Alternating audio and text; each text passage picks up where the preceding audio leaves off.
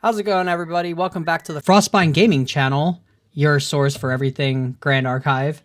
I'm Travis, and I'm here with, I got Corey here on Discord, and we are going to do some deck building for the new set. But not just any deck building. We're going to do some budget ideas, some stuff that, like, if you're a budget player, you want to try to have fun, or, you know, maybe this champion is just your favorite champion and nobody bothers covering it. Maybe this is a video for you. So I know I did one on Arisana last set. Today we're going to work on Tony. So, which is one of Corey's favorite champions. Yeah, Tony. So, we're going to use sylvie.gg, which is a wonderful deck building site. And we're just going to kind of get right into this here. So, this is a list that me, Corey, and Dalton. Dalton unfortunately couldn't join us for this. He has to work, so it's just me and Corey tonight. But we're going to start with the material deck. So in typical deck building fashion, we're gonna add a bunch of cards and then take a bunch of cards out. So. We're going to... So this is going to be a special type of deck, because when we were talking about this deck, we were talking about just going straight normal. Speaking of normal, Corey, add Dawn of Ashes to your shopping cart. Okay. So we're just doing straight normal, and we're going to have Neos as the advanced element, but it's going to be just enough Neos that it should not affect the deck, really.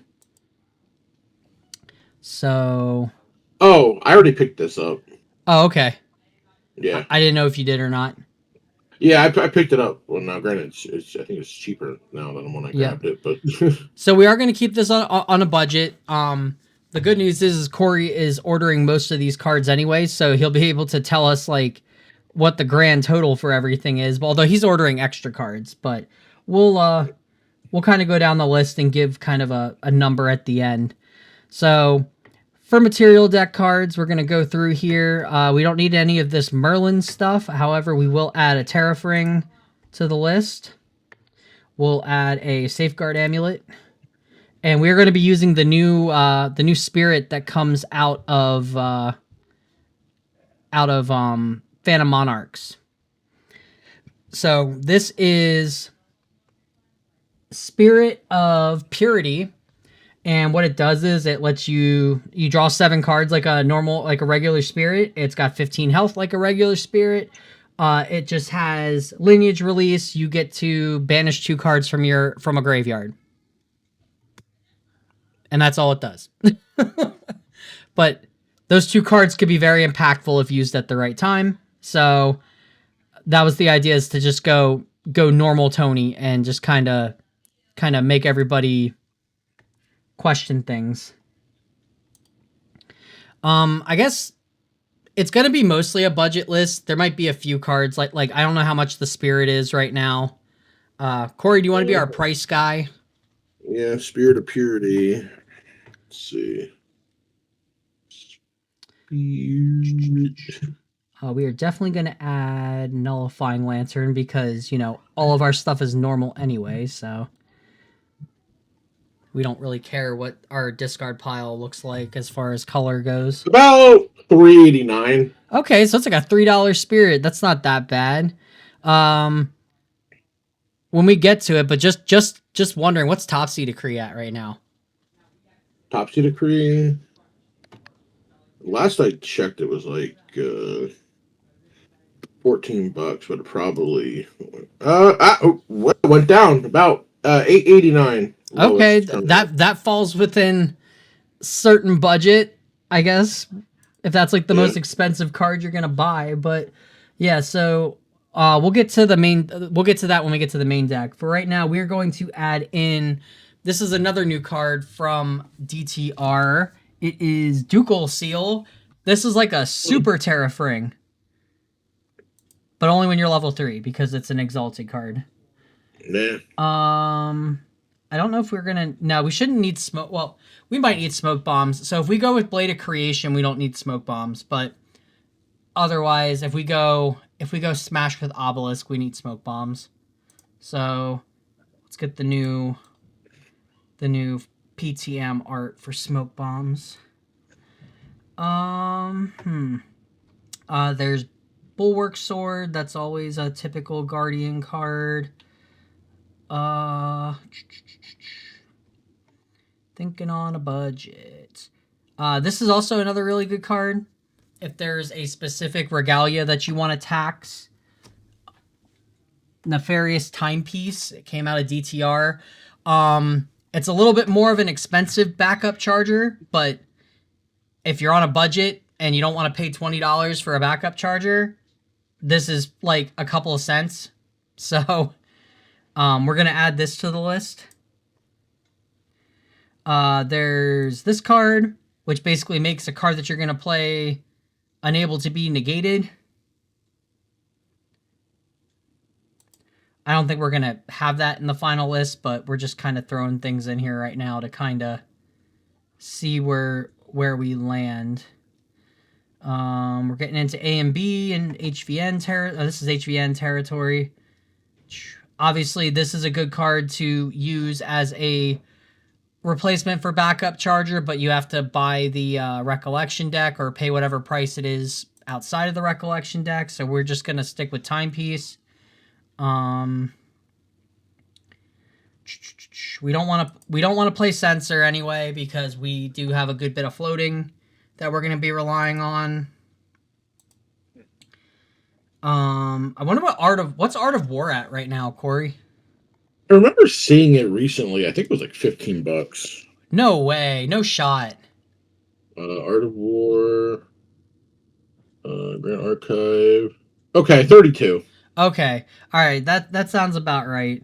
So we're gonna forego. I guess we're gonna go without a Divine Relic in this because the only Divine Relic within price range is probably Mercurial Heart, and that is not gonna help us at all. Yeah, so that's more of like an automaton thing, right? I mean, so in all technicality, you could just play it, and remember, the tokens are automatons. Oh yeah. But so if you had a token out and you play Mercurial Heart, you could give it a buff counter in all technicality. Also, Atmos is an automaton. Oh yeah, yep. No, you're right. Yeah, so we do have some automatons. So you know what? Let's add Mercurial Heart because at worst you can play it to just use it for turbocharge.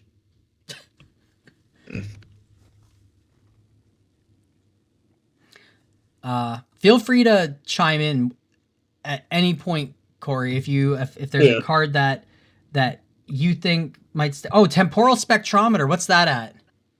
I know that's Dan from Main Deck's favorite card. What the hell is that? I didn't know. Yeah, all right. So what it is you play it and then you tap it each turn and it gets a time counter on it. And you can sacrifice it to pay the material cost of a card equal to that has that amount of that.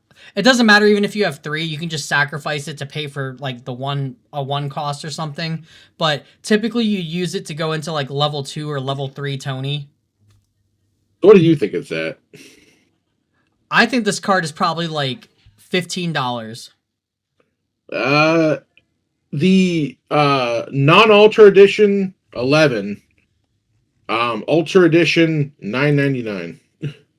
Oh, that's right, because it has what's his name on it? God, what is his name? I can't remember his name. He's in the recent lore articles and stuff. Well, he looks familiar. Well, you know what? We're gonna add this to the list because this might be a cheap alternative. What's Mercurial Heart at? It's probably cheaper. I was actually looking at that. Let's see, Mercurial Heart, $15. Wow, it's more expensive than. Well, did it get an Ultra edition? Yeah, it got an Ultra. It's weird. I don't see it on here. Oh, there it is. $5.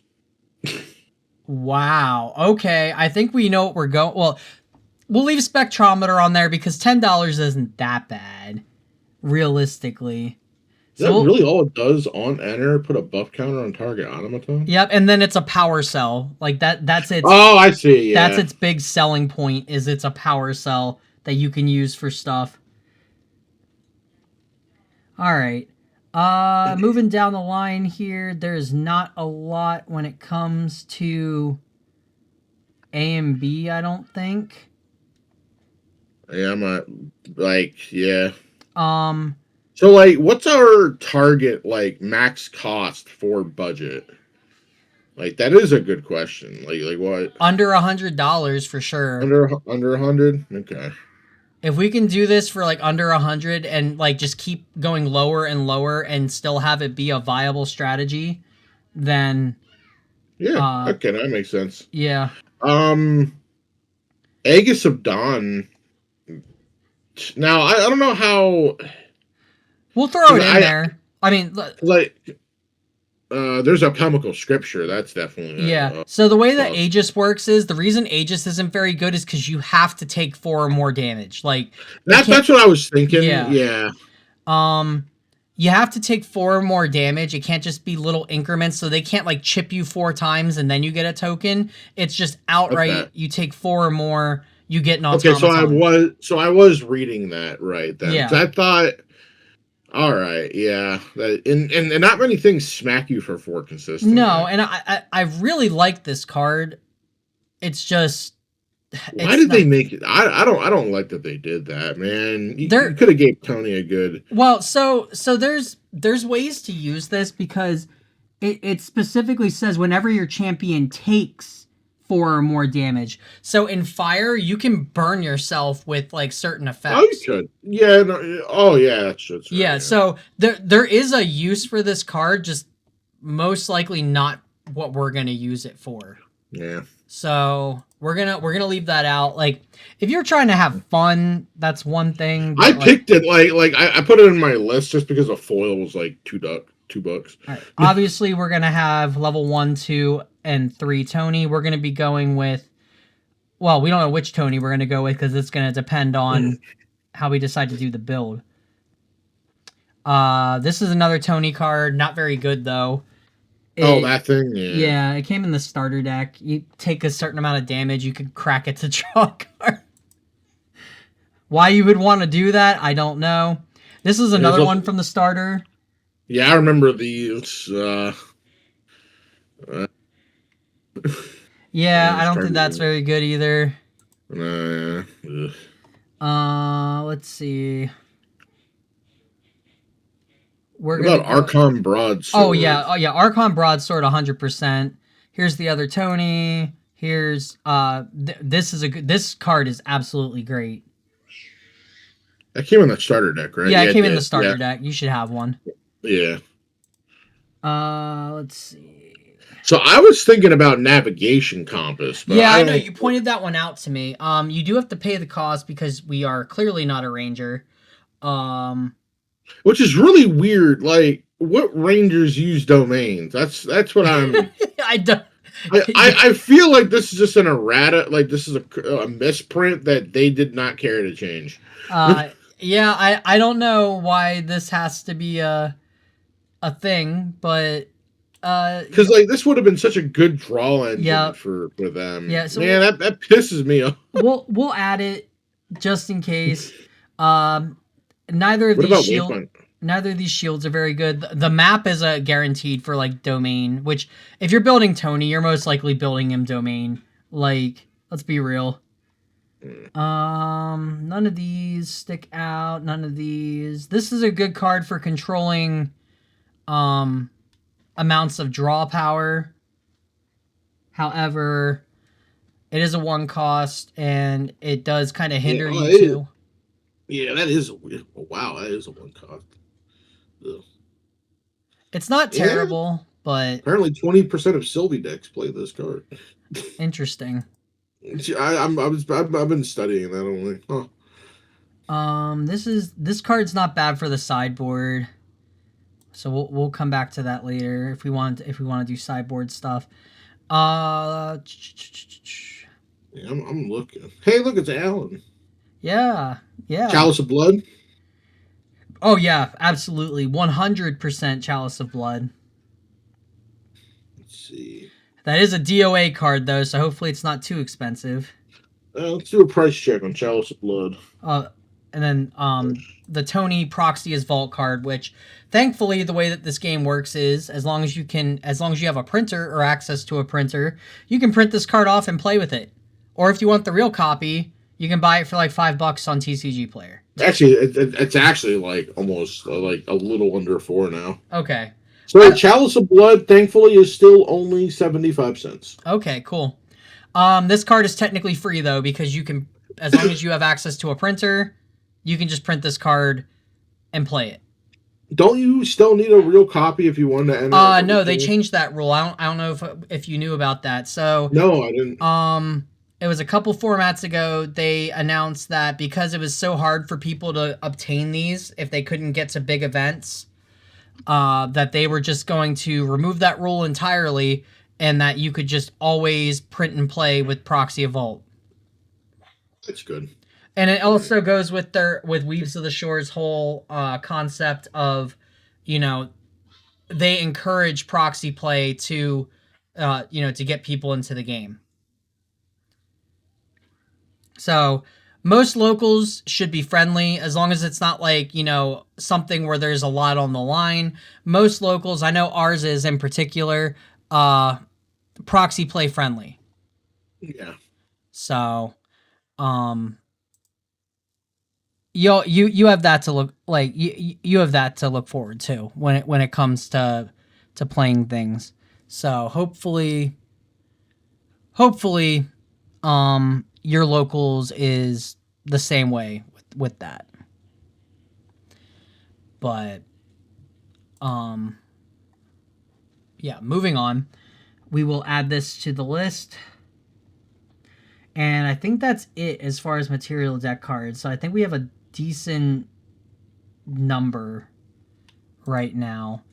Yeah, that's a pretty solid it's a pretty solid number of material deck cards. So we'll come back to this once we go through everything. So let's get to the main board. Yeah. It's not legal yet, but it will be. Let's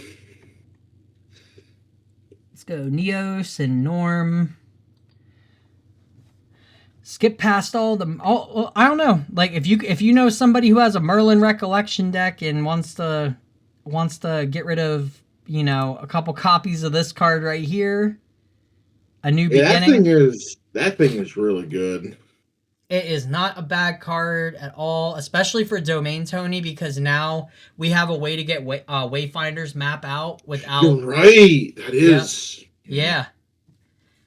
So we're gonna put this card in here. Yeah. Just because there's gonna be a lot of people opening Merlin and they just don't want this card. Like some people might just throw it at you. Yeah, I'm expecting to find some of those in the bulk box. Mm-hmm. This card, Gentle Respite, it has 3 different printings, one of which is in the Merlin Recollection deck, so it is very easy to get a hold of this card.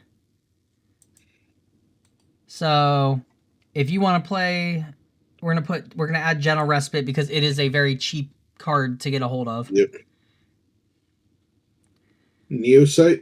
Yep, we're going to add Neosite because that is a Tony Neos card. We're just going to put 1 in of each card for right now until we decide to change numbers. Dormigian Throne. Oh, that one? Yep. Okay, I wasn't sure. I'll actually have to grab that too. I don't think I ever picked those up. Let's see. So yeah, as the upkeep is at the beginning of your recollection phase, if you control 4 or fewer other domains, sacrifice it. So as long as you have more than 4, you so you need 4 domains when you bring this, or when the upkeep triggers for this. But you can use the Tony Proxia sword to turn off the upkeep for a few turns to keep it out. Yeah. And that's if we go with this. So we're just adding cards. So. Yeah. What about Fast Cure? Fast cure. Actually, I think we skip fast cure? No, it's right down here, isn't it? No, yeah, that's what Okay. I was asking. Yeah, fast cure got a new printing in PTM, so that card is not hard to get a hold of. And our influence should almost always be low, which is why I said Gentle Respite's not bad, because if you're playing domains, you're putting stuff on the board and losing cards in your hand. So you're almost always going to have lower influence. Regenerate's another good card. It's just, you know, you play it, you draw a card to memory, so you don't lose any cards, and then at a certain damage threshold, you get to recover 2. No, that's a class bonus. Oh, is that a class bonus? Oh, yeah. Okay, that's a warrior class bonus. Cleric and warrior. Yeah. That's right. Unfortunate. That would be amazing in Guardian. Yeah, we'll have to remove that. Actually, I'll just go remove that right now.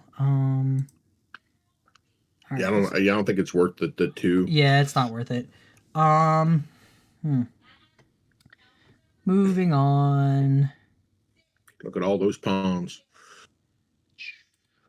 Here's a fun. There's a funny card. When we get to that point, I will bring it up. What's this? Oh, this is possibly a decent card. This one lets you recover 2, and all you have to do is reveal. I think it's a level 2 and 3. No, just a 3. Yep, just a 3. Okay, and then you get to draw a card, so it replaces itself and recovers you 2. It's not bad. Yeah, each player that So it's gonna depend on how many low to the ground strats are part of the meta, but being able to withstand stuff is gonna be helpful. Yeah.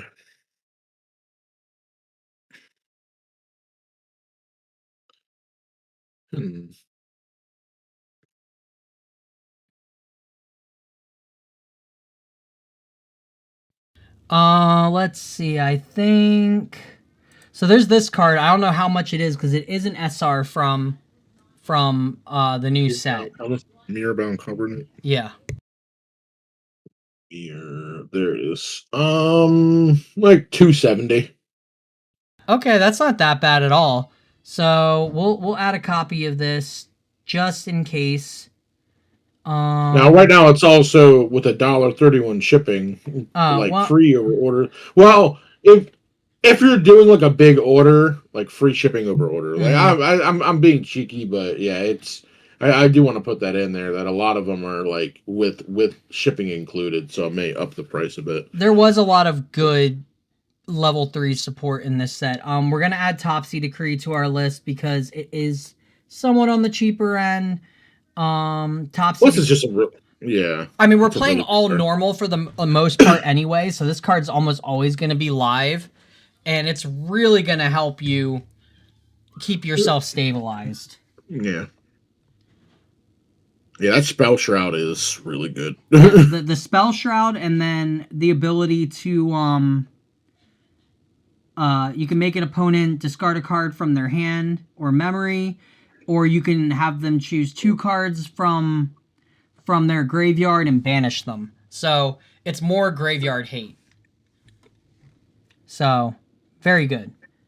This is the card I was talking about, Twisted Verdict. So if we're playing a deck full of like domains anyway, and a lot of those domains are going to be like unique, and you might already have a copy of it out on the board, or you might not need that said extra copy of a domain. Especially since you're playing Navigate the Streets, you can glimpse a huge amount with Navigate. Set up 5 cards on the top of your deck that you don't care whether or not you get them or not, and this card pluses you 2.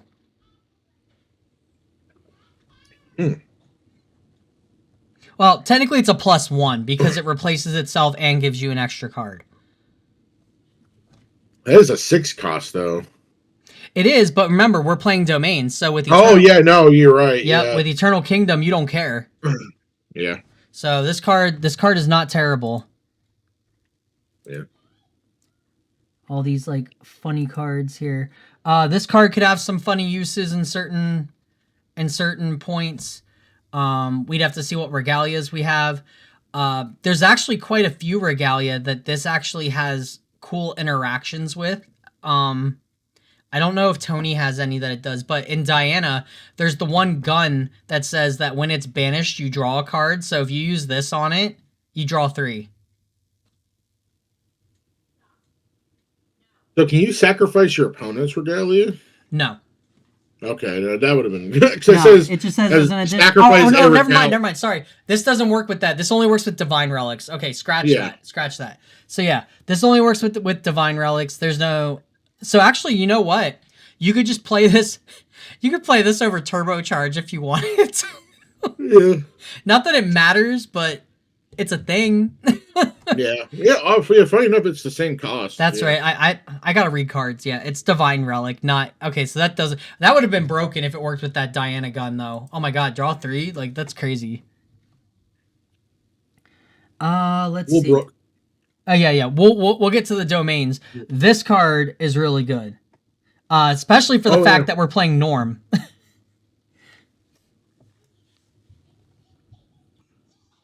So on enter, you may reveal 3 advanced element cards from your material deck. If you do, this card gains the first advanced element card each player activates each turn. Costs 2 more to activate, and then you can sacrifice it to draw a card. So we play domains and use them as mana, so like this doesn't bother us at all. And the only thing is that it is only advanced elements, though. So yeah, I guess if there's a lot of advanced elements, it does kind of mess with. Yeah, it makes Pendragon cost 4. Mm-hmm. So there is that. I kind of fuck with this. Yeah. Yep. So it's not terrible. It is an option, or it could just be sideboard, but we're gonna put one there. Corey's already pointing out our big reason for working on Tony here, which is this. So this is a 4-cost card. It gets a refinement counter and draws you a card to memory when you play it.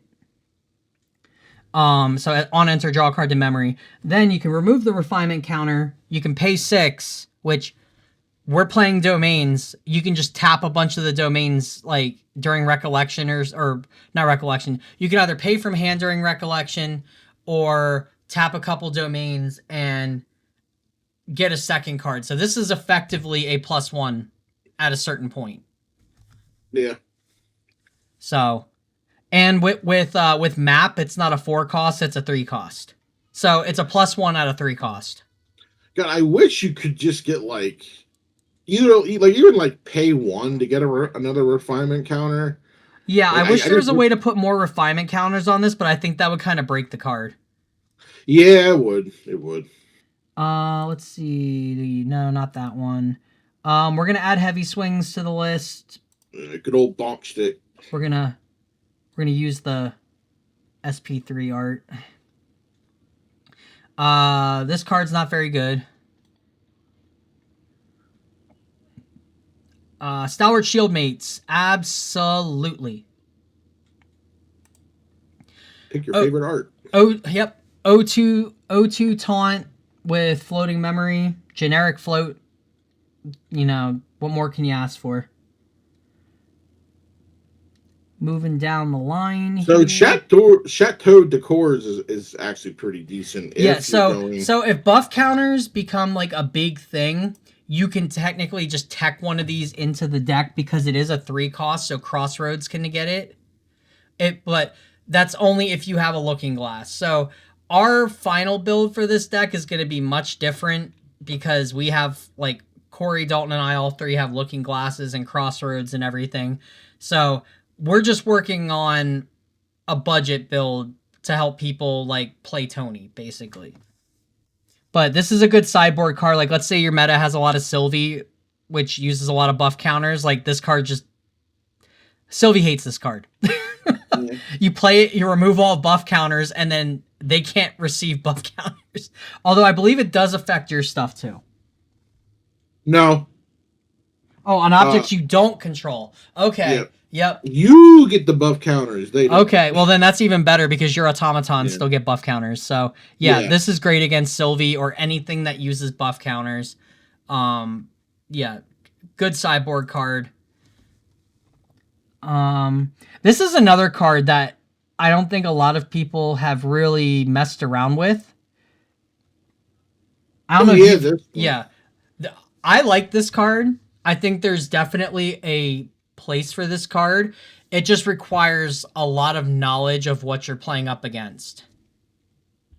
Yeah, that is. So, yeah. So, like, if you're playing against the caster deck, like, let's say, like, Arisana or something, who barely plays any allies, if you play this on them and you call ally,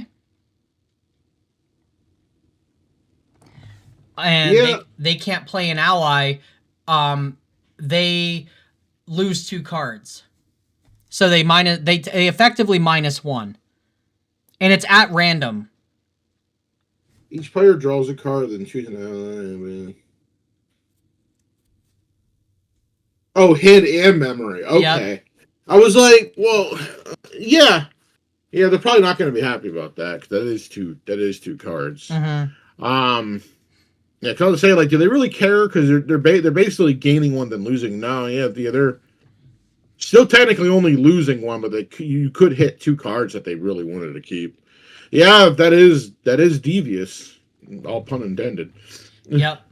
Yeah, it's a really good card. Not for Tony in particular, but it is decent if you have good knowledge of like what you're playing against. Yeah, it is a sneaky side deck card, that's for sure. Mm-hmm. Yeah, because like once you learn your opponent's matchup.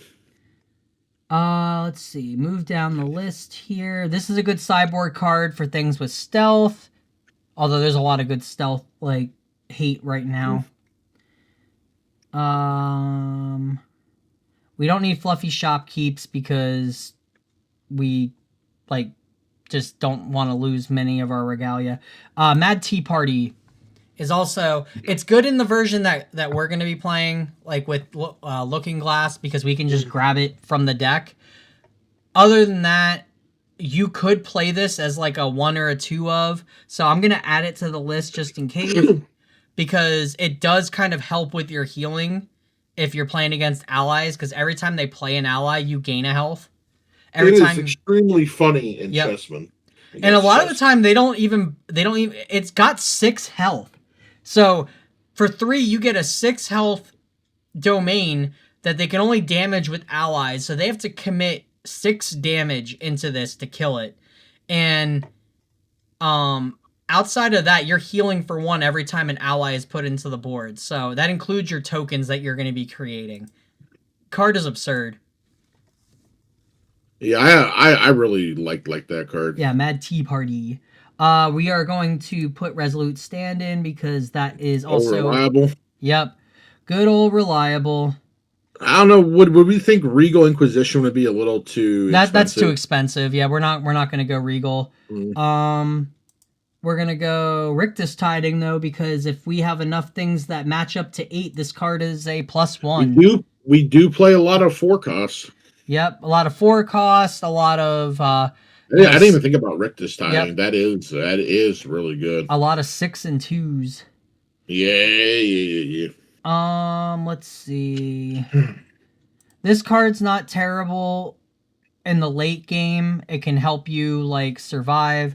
We're gonna put that in. If we don't need it, we just go through and remove stuff as we get there. What about Trump Set? Because that's a. That's only for suited. Because you have. That is suited. Never mind. I saw Guardian and I was like. No, you're good. You're good. Here's Blade of Creation. If we go with the Sword Tony build. So if we go with, you only play Blade of Creation if you go with the Tony that creates the token swords. If you go with the Shield Tony, you go for like a wide strat. We are going to add Turbocharge just because Turbocharge, if we go Mercurial Heart and stuff, we can play that. We don't need to go MK. We are going to go Atmos because Atmoses are cheap. I will say that the Alter Atmos is a lot cheaper. So like if you are trying to budget, and also I kind of, maybe this is controversial. I like her alt art more. I mean, I do too. I have the old ones. I was waiting for the alt arts to go down in price, and now I can. Yeah, they are. Yeah, they are cheap. Now I can order them. Honestly, I might just see if you'll order a couple extra copies, and I'll just like pay you for them or whatever. Sure. So, at least they're all coming at the same time. Foundry. This is a great card.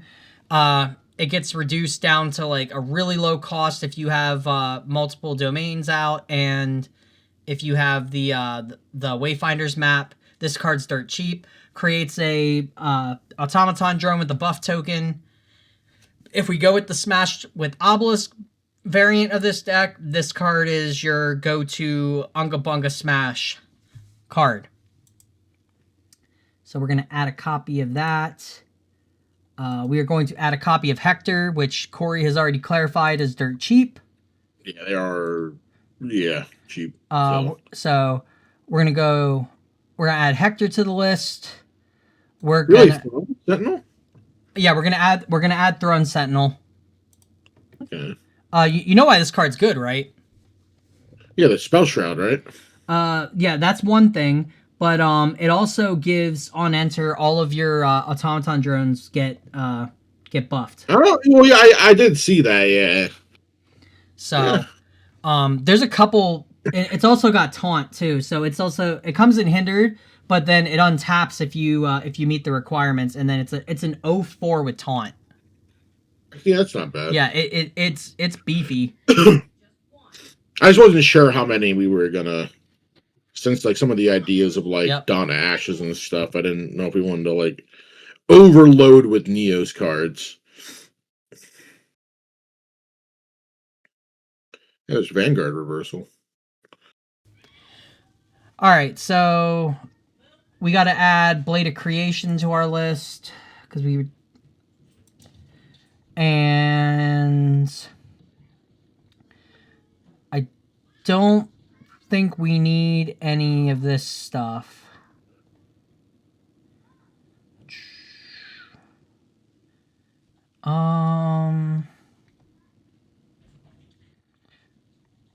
Yeah, now we're getting into HVN. I don't. Oh, here's some domains. This one I know there's no point for this one because we're not going to have like a solo character out. Which one is that?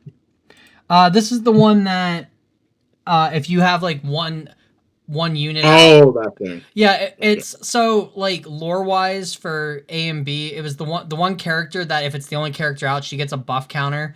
This just speeds it up, and as long as she's out there by herself, like she just holds the line. Okay. So it's actually a pretty cool thing. Like you can just kind of do a like protect the tower type situation. Yeah, that would be cool in certain scenarios. Yeah.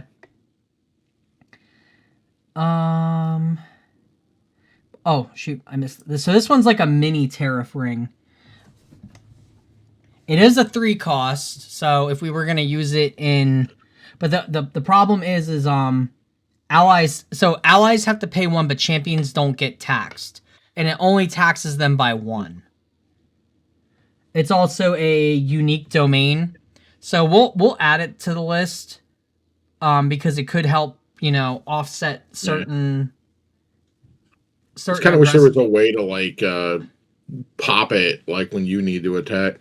Well, there is. I mean, technically, like if you go if we go the Sword Tony build, the one card blows up all the domains. Oh yeah. And it doesn't matter because like your champion doesn't get taxed for using it. It only taxes allies.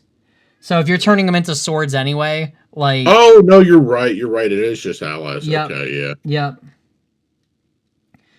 Yeah, HVN and stuff did not have a lot for Tony. Yeah, not unless you wanted to go the Looking Glass route with the... Well, here's Neos Elemental and Eternal Kingdom. What is Eternal Kingdom at now? Just so So there's two versions. Yeah. That version right there, the Apocalypse one, that one's like 11. Okay. And then the other one, the one before the fall was like last I checked, like like a little under $10. Okay, so they're roughly around the same amount. Yeah. Honestly, it's all which art you prefer. I like the one that's on the screen right now. Yeah, I don't have any of the Apocalypse art one. I have the First Ed one, the OGs. Yeah. So it doesn't really matter. It does the same thing. It's just a yeah. That's what I say. Yeah, it's just personal preference. So we'll put the Apocalypse one in. I think. What's funny is last time this one was cheaper than the other one, so that's why I picked them up. Yeah, I think we'll have to figure out how many copies of this we're gonna play. I think between 2 and 3. I don't think you need a full play set anymore because like there's plenty of ways to get into it now. Neos Elemental, if we decide to go the wide strategy route. God, I love the alt art of this. Like the first Ed's okay. Yeah. It looks more like a magic card as the first Ed, but like God, this alt art version it hits so different. Yeah. It's cheaper, which is nice. Yeah, it's so cool. Such a good card though. Like I wish it saw more play. Like Tony, God, Tony just got hit at like he got the bad end of it. He really did. There's a lot to be discussed about that. What is it? Reverberation or sorry, refabrication. This card has niche uses in certain builds. So we're gonna add this to that. Yeah. Let's see. Nothing there. No. So we aren't dungeon guides. We are not doing dungeon guides for the budget build. For our build, yes, but for those on a budget, unfortunately, we are gonna forego dungeon guide, which is probably why we're gonna end up going temporal spectrometer. So, but yeah, like, so if you go temporal spectrometer, there is a high chance, like if you're playing a high caliber player, yes, they're probably going to fracturize it or something. But if you can actually get temporal spectrometer off, like you can go to level 3 for free. Oh, okay, yeah. All right, yeah. Yeah, you got to think outside the box when you're building budget stuff. So. Well, I know. It's just honestly right now though, like, well, yeah, the meta's still pretty open, but you don't really see many people play Fracturize anymore. So we're looking at like local level play here. Like, there's always going to be those people that come with like the try hard decks and everything. But no, I'm more thinking from our like even like literally, I think last week the first time I ever got Fracturized outside of playing you was someone playing Gembu. Yep. Like I never really. Well, in that Astro Diana that I fought at Final Turn, which that wasn't meta. So I was like, you know what? I just got Fracturized, and that really sucks. This card, I'm so conflicted about because like. Yeah, I get the concept of it. But the problem is like, so it only works in a go wide strategy. And yeah, well, like that deck you built for me with Tony, did it play Gondu, or is that the one we were testing before the regional? I think that was the one we were testing before. Yeah, it was. I would say honestly, this card would have gone kind of nutty with the one I played at Banning Zone. Honestly, with like the half power cell, half domain, with like the windmill, and stuff. This thing is actually. Honestly, depending on how you want to build it, like, this thing would be pretty good. Though, like, if they the only thing I can kind of see is if they're smart about it, they'll just wail on your allies, and then it'll just kill itself. So there are ways around that. We'll add a copy because we're going to be going back and changing numbers and stuff. So we'll put it in for now, and we'll see where we end up with it. Here's another one that I know. Oh yeah, that one's pretty cool. Oh, this one's a 4 cost though, but it does add an additional tax. And it counts towards top tier decree. I'm not Rictus Tiding. Yep. So we'll add that one in too, because if we're staying. Oh, you got a banish too. Ooh, that's rough. Well, remember, there's ways to. I'll show you. There's ways to get around this. Hey, look, it's an ordinary horse. Yep, it's so ordinary. Nothing there. I kind of want to build a horse deck. I don't know why. I just War Marshal. It's got it's got like double dose of steadfast, but like that's all it's got going for it. And it's a 4 cost. I don't think we're gonna bother with that. Well, it also has equestrian. So. Yeah. Summon Sentinels is always pretty... yeah, we're gonna add that to the list because it's technically a 4 cost. So again, Rictus Tiding. Yeah. And then it just gets reduced into oblivion. And that cool art right there is pretty cheap. So if you want that, oh yeah, there's Cordelia. Yep. She went down a lot. Yeah, Cordelia. We're gonna add. So we're gonna add a. Last I checked, she's like lowest 89 cents. It's because most likely we're not gonna end up using her. She basically just turns tokens into your tappable resource instead of domains. Or both. Hub of Inquisition. Yes, Hub of Inquisition. This is Innovation. Yeah, Innovation. Yeah, this is an immediate good 4 card. Good card. That's an immediate 4 of. No questions asked. Yeah. We could have a minor draw engine with this because we will have automaton drones. So this could summon power cells and draw a card to replace itself. I'm gonna say, like, there is a decent. Why the hell is the Rain playing Power Cell? What the? Because level 1 automaton aggro played it. Oh. Yep. You know, I as I said it, I kind of. Yeah, and some of the best ones are in Lorraine. So. Yeah. This card combos really well with Rictus Tiding, because let's say there's like if you glimpsed and there's a 4 on top of the deck, you can put a 4 from your hand on top. And then you draw 2 and then you put 1 on top. So let's say you've glimpsed the top 3. There's a 4 on as the 3rd card. You go draw 2, put a 4 on top, Rictus Tiding, draw 2 more. Not a bad combo. It's decent. It's just this is slow speed, so that's kind of what sets it back. Claude is the guy's name. Claude. That's it. Claude. Okay. Oh, he's Astra. Yeah, he is Astra.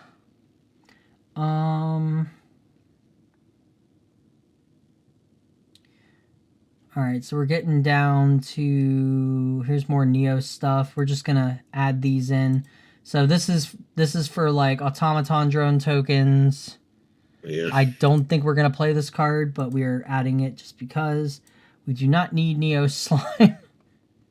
I don't think we need this either. What is it? Yeah, I don't think we need this either. Yeah, I was looking at that card when I was looking through all the Neo stuff, and I was just like, it's so situational. Mm-hmm. 4 copies of Navigate Street for sure. Yep. Boy, where are we at? None of those. Oh, here it is.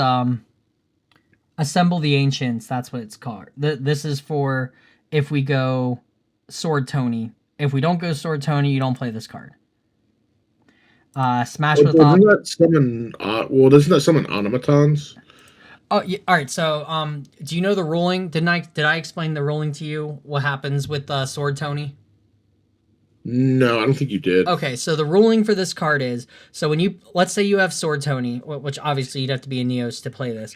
You have Sword Tony out, or the one that turns tokens into swords.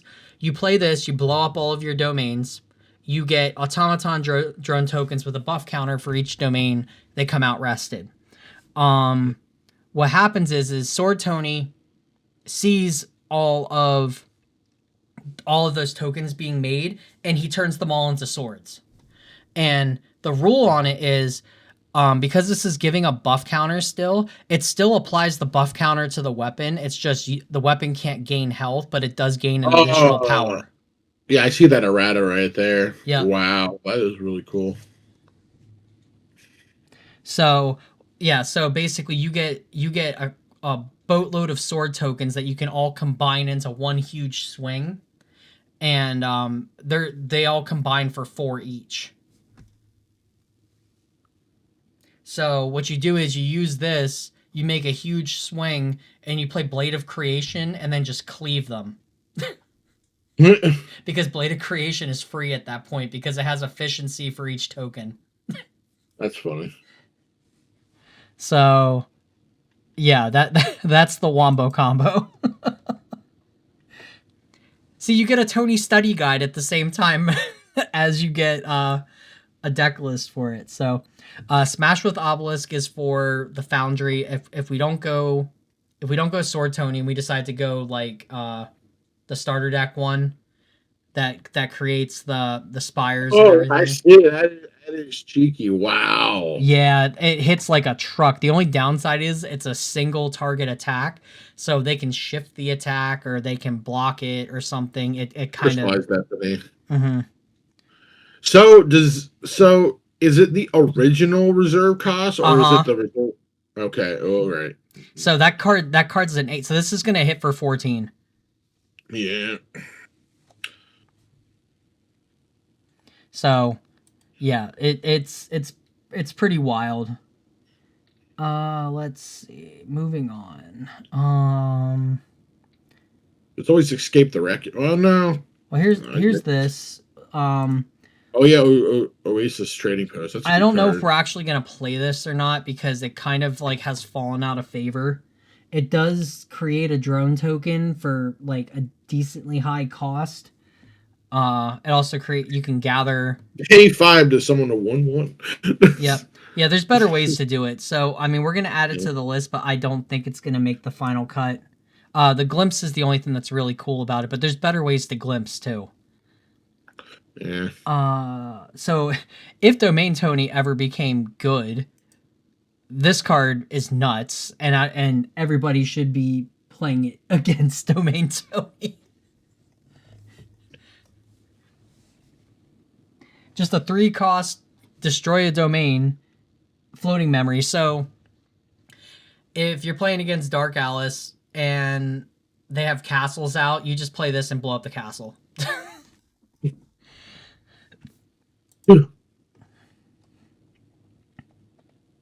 This card might actually see some play. Yeah. What about Palatal Concourse? That's not a bad card. So it's a really cheap, and it just like you glimpse for each copy that you have out. It is a card that we will add to possibly play with. This one I don't know so much because it requires you to find them, and then after you hit level 3, this card's just dead. It is a good way to help you like recycle your hand and stuff, but at the same time, it's like once you hit a certain threshold, this card's just turned off. You see what I mean? Yeah. So, the only thing it has going for it is that it's a cheap domain, but we have so many domains we can play now that like we don't even need to care about this.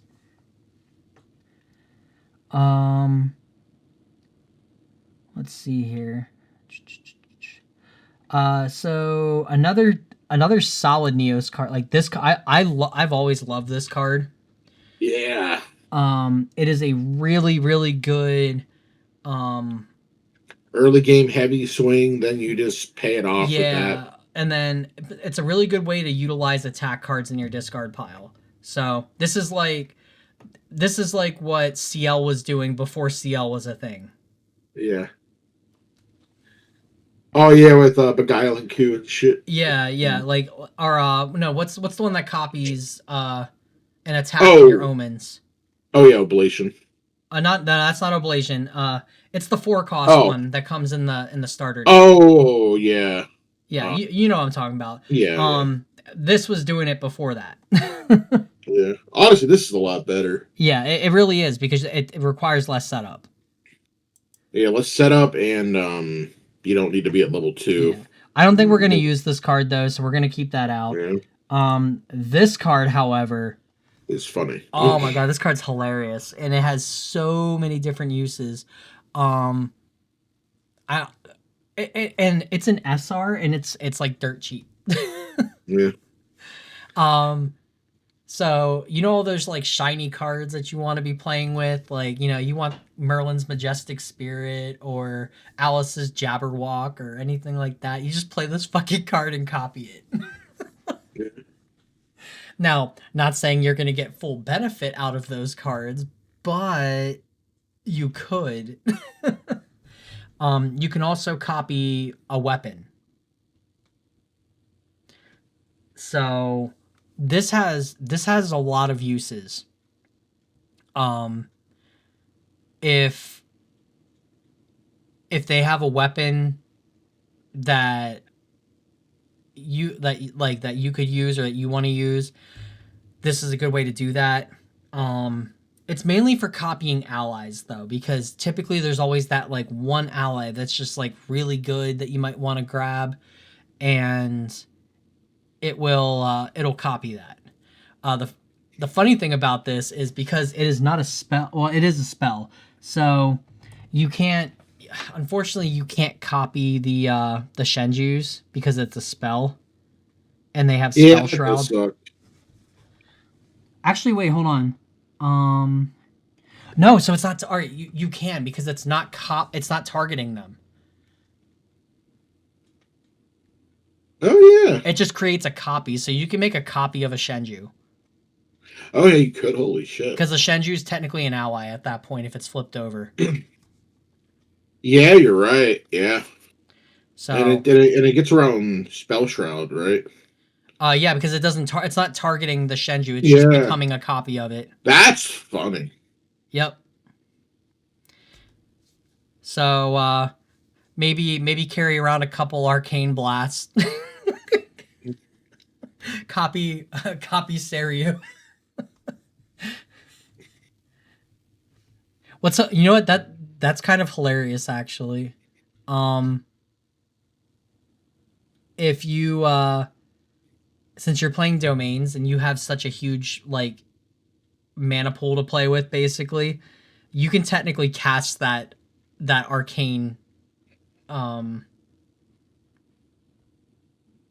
you can technically cast that arcane blast with ease. Yeah, that may be worth teching in. That would be so funny to see somebody copy a Seiryu, generate an arcane blast, and then play the arcane blast to kill a Guoja player. So, but yeah, this card's nuts. Definitely worth playing. So we're gonna add that. Tony has his own fractal. It's not very good though. Yeah. I was looking at it, I was like, I'm not gonna pick this up. Yeah, because you have to banish it to summon a token. It's like, why would you do that? And then you're already like, if you're playing Eternal Kingdom, you already have plenty of ways to tap. Yeah, like you don't. It really sucks because it's a fractal that like you have to be level. Well, that's 3, the other right? issue is it's a Fantasia, and with all the Fantasia hate, like there's no point in wasting a play on that. Provoke Obstinance is a very good defensive thing, and it allows you to pick more than just your champion. So it says you target multiple objects. So like if they are trying to get rid of, like, let's say your Eternal Kingdom or something to shut off your plays, like, and you're on Neos, you can just provoke Obstinate and give it Spell Shroud. Yeah. So it's not a bad card. I don't know, like usually there's no room to play these, but unfortunately, yeah, it's worth putting in. So what about Peaceful Reunion? Like we can go after that, but I was thinking of that. I don't think Peaceful Reunion's gonna matter because like we're not gonna we're not gonna have we're not gonna be want to wasting our time with Peaceful Reunion because like burn and caster decks still get around it. That's true. You're right. Dawn of Ashes is definitely, since we're like an all normal deck anyway, minus like the small Neos package. Um, this card will always be on. There's almost never a point when this card will be off. It will tax you for one when you play Neos, but who cares? Because with all the domains you're gonna have, like your influence is essentially huge. Paying an extra one, but it'll mess up your opponent's math when it comes to that. Yeah. This card right here is really good. I don't know what it's at right now. About $2. Okay. I about 2 or 3. Yeah. I was actually looking at that. I wasn't sure if we played that or not. We might not because we might not have room for it, but in a budget strat where you need a bunch of floating memory to go up into, into things that you need to get to. Yeah. This isn't a bad card, and it really helps maintain your upkeep costs, like especially Eternal Kingdom. If you don't have to pay for Eternal Kingdom, this card's like amazing. To say yeah, because like you wouldn't mind sacrificing it because it gives you a floating memory. Yep.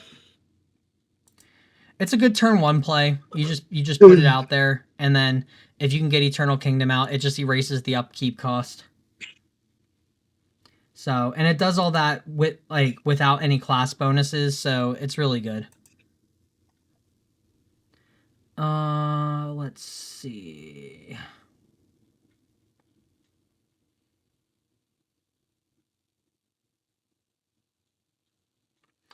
Now we're getting into DOA territory, and I know there's really not much guardian. Yeah, that's it. Okay. So we've kind of hit the end here. So let's see what we got. 53 different cards. Well, some of them are 4-ofs, but like yeah.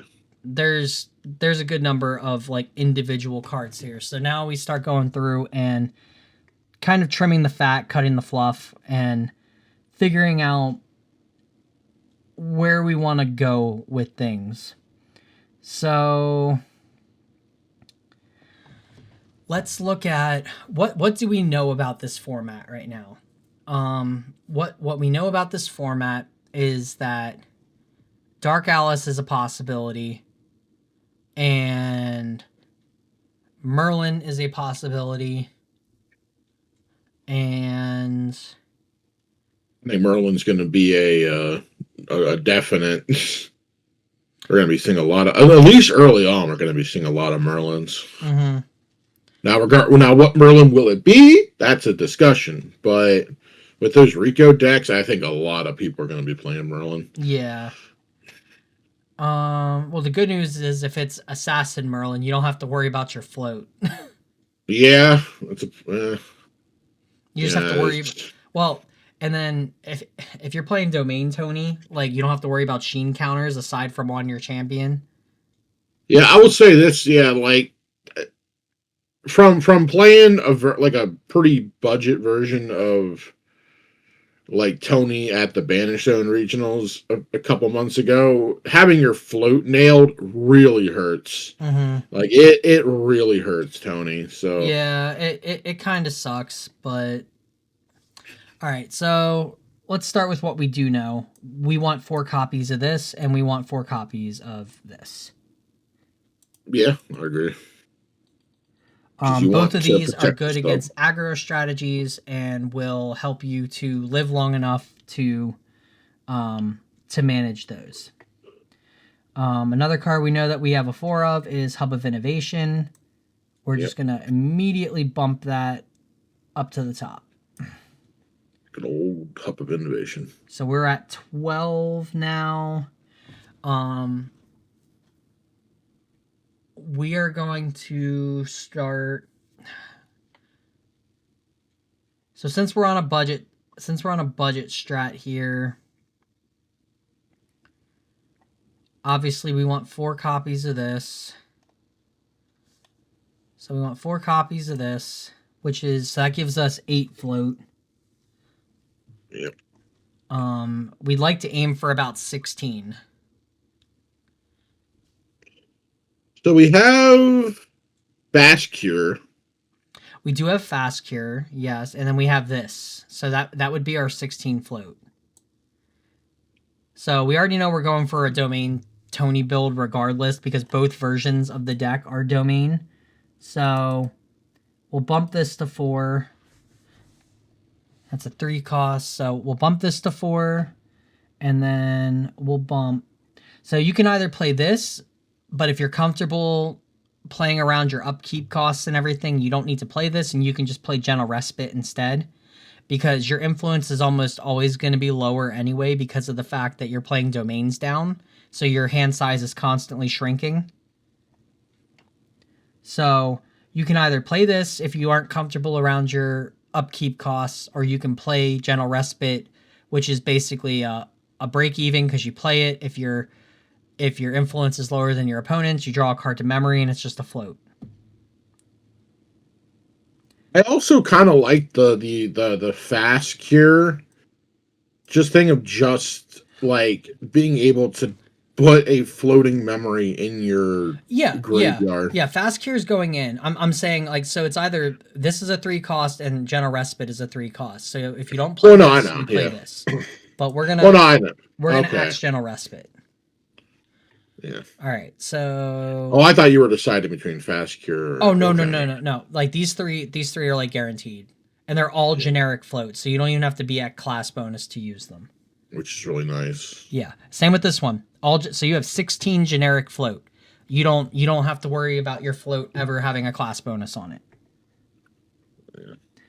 Yeah. Moving into, I guess, domain territory. This is where we're gonna start to have. This is where we got to decide our split here. So it's, do we want to go wide strategy, or do we think the cleave strategy is going to be better? Going wide, like, it's really hard to say because, like, how many people are playing board wipes at them? Well, I guess one thing we got to worry about is like Oblation CL, because that wipes the whole board, right? Yeah. So on one, like through playing aggro the last couple weeks, going aggro is kind of like going wide is very risky, because you never know when your opponent is like even like if you run into a rare Arasana, I didn't realize what Polaris did. Mm-hmm. And I lost the game because of it.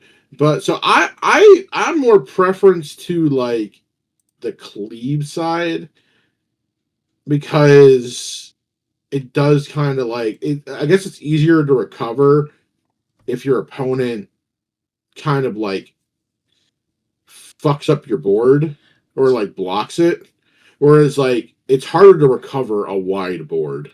Okay. So we're technically going into an aggro meta anyway because it's the start of a format.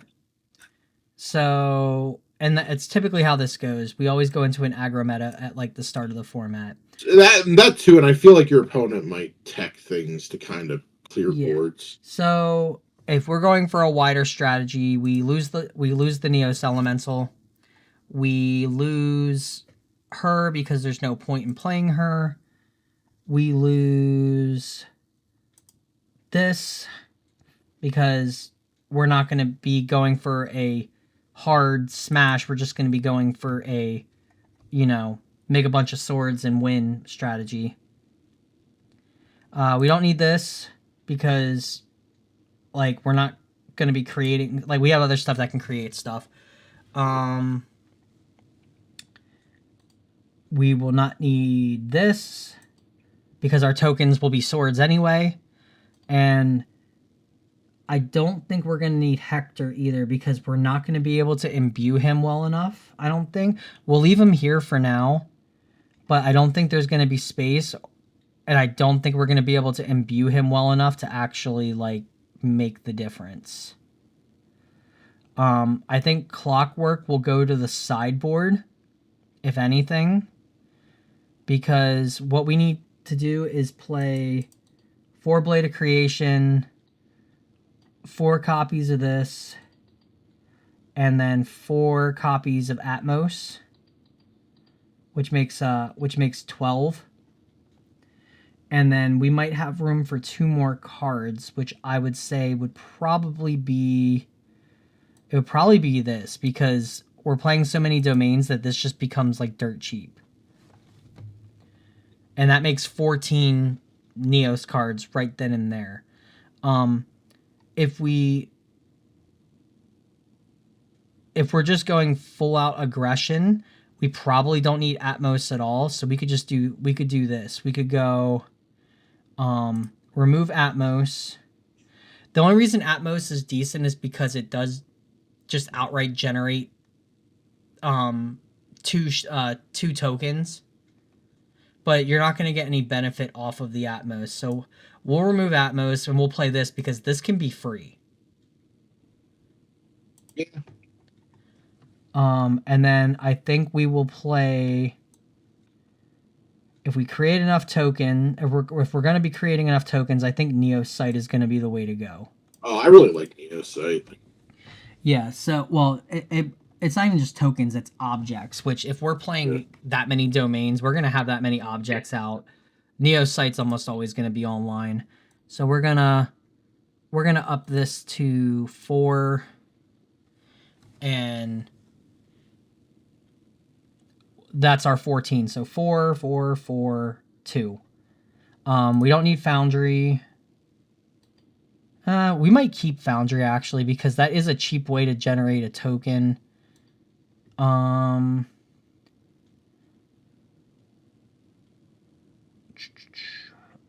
Let's put EK to 2 for the moment. There's no room for Clockwork, so that'll move to the sideboard most likely. And then there's no room for this. This will get sideboarded for matchups that, you know, target stuff. Yeah. I don't think we're going to have enough automatons to play this. And fabrication's not going to matter because we're playing Neosite. I don't think we're going to need Sovereign Sanctuary. I think this can be sideboarded if need be. This isn't going to matter because we're not going to have tokens or automaton drone tokens. And so we've already cut a good bit of fluff here. We're at 59 cards right now, but we haven't increased other values yet either. So this might be a sideboard card, because it's going to tax you too. So not that we can't play around it, but I think this is, in the case that you don't go up against advanced elements, this card's dead. So it's probably a sideboard card. And with how, like, I hope low to the ground decks aren't that prevalent this season, but we're gonna play 4 copies of this because it's also a domain that is not unique, which is very important. Yeah. Where is EK? There it is. Eternal Kingdom. We're gonna bump here. So that's 12 domains right now. 12 domains. Dawn of Ashes. We need Dawn of Ashes. We want Dawn of Ashes at least I want to say a 4 of, because you want to open this card. Yeah, I would say if you want to see it, 4. And then you just kind of get rid of any extra copies. Yeah. So yeah, Dawn of Ashes. And so that's 4, 8, 12, 14. We still need a few more. We have Mad Tea Party. We have this one, which creates... I think we'll still play this. Yeah, I think we still play this one. Maybe not as high of a number, maybe like 2, because Foundry still is a regular domain. It's not unique. Yeah. So you're playing this for cheap, and it's creating a drone token, which... With a buff counter. With a buff counter, which means it's a sword with a buff counter on Neos. So we'll keep 2 of those in. That makes 16. I don't think this makes the cut. Yeah, like it's a good card to at least like if you need like a fill, but yeah, we have plenty of things that are creating tokens that are better than this. This doesn't make the cut because we don't have the allies to upkeep it. Yeah. This being a 4-drop does play into our strats a bit. I think I can see this as a 2 of for extra taxing. Yeah. However, I believe this one is a trigger. So it says at the end of your opponent's...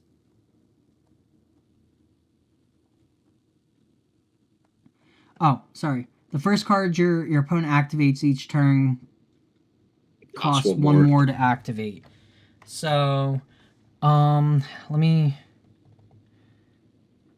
bump that, and then let me read this here. This says non-norm cards cost 1 more to activate.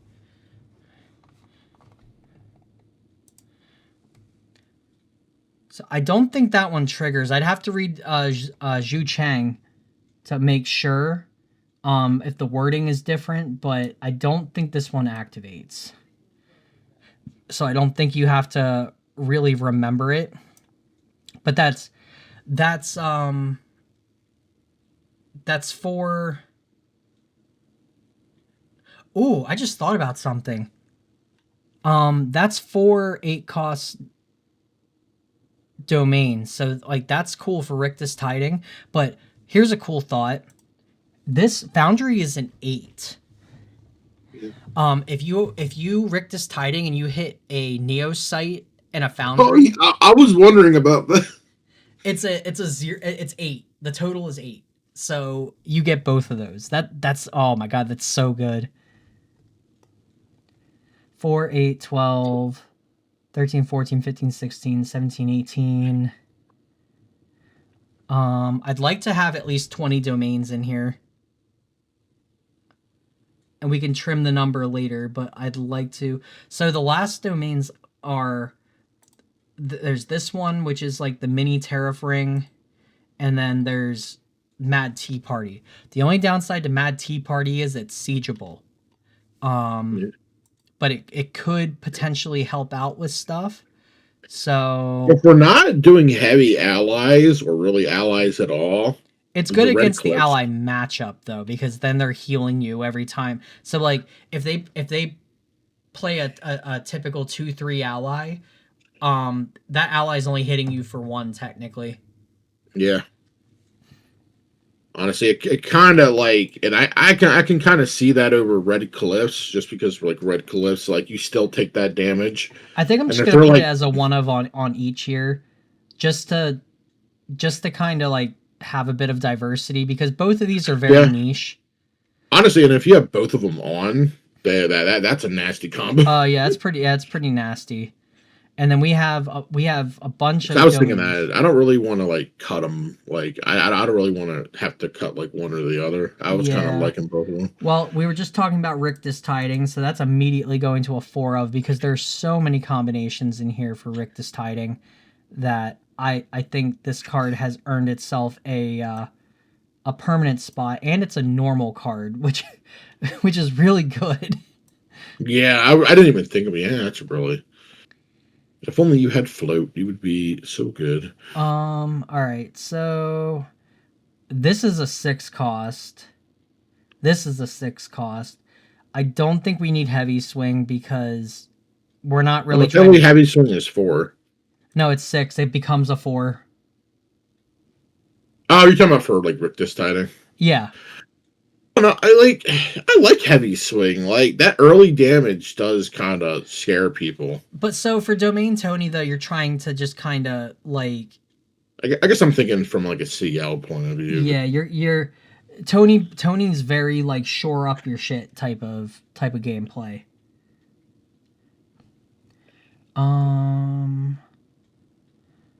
I'm wondering, like, I know we want to open Dawn of Ashes, but like, God, like, I forgot about the Glimpse one down here, but I guess it's not really that good by comparison.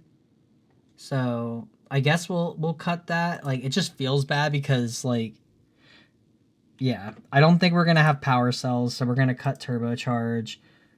This card, what does this do?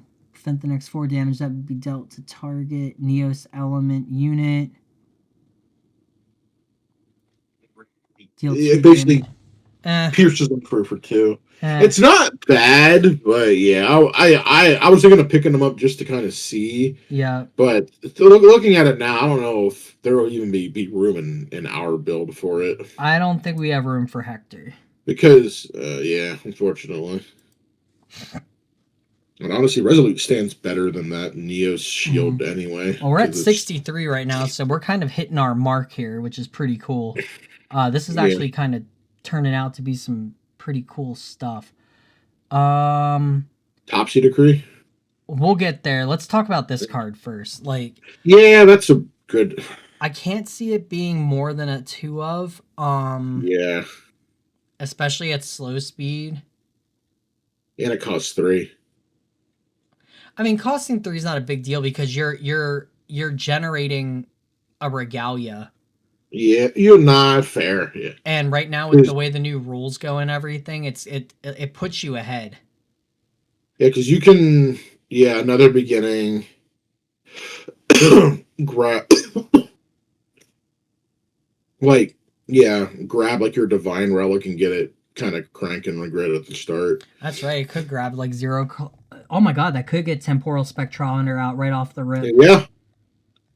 It said materialize a Regalia card with memory cost 0. Oh, wow. Okay. That changes things a bit. Okay, so let's bump that to 2. This card's cute. I don't think it's gonna be useful though. It's like Mirror Confrontation, yeah. And then if you're playing against the level 3 deck, like they get benefits too, so it's like that's the risky. Yeah, I would say maybe like if you want to side deck it. Yeah, we'll lose it for now. We're losing heavy swing because you don't need heavy swings right now. So we're at 62. We're at 62. Okay. Now we're getting into the crunch. I really like this card, and it being a 6 cost with like other 2 costs and everything. But here's the question: how many other 2 costs do we actually have? We have this. That's Cure and Rictus. That costs 1. Rictus. That. Shieldmate. 3. Yeah, we have to make sure our numbers line up because if they don't line up right, this is a 3 cost. 3 cost. 0. This is a 7. So ironically, 7 and 1 with this actually works. Yeah, that's fun. There's a lot of synergy. This is a 4 cost. Yeah. Yeah, we've got a lot of synergy in here. Yeah,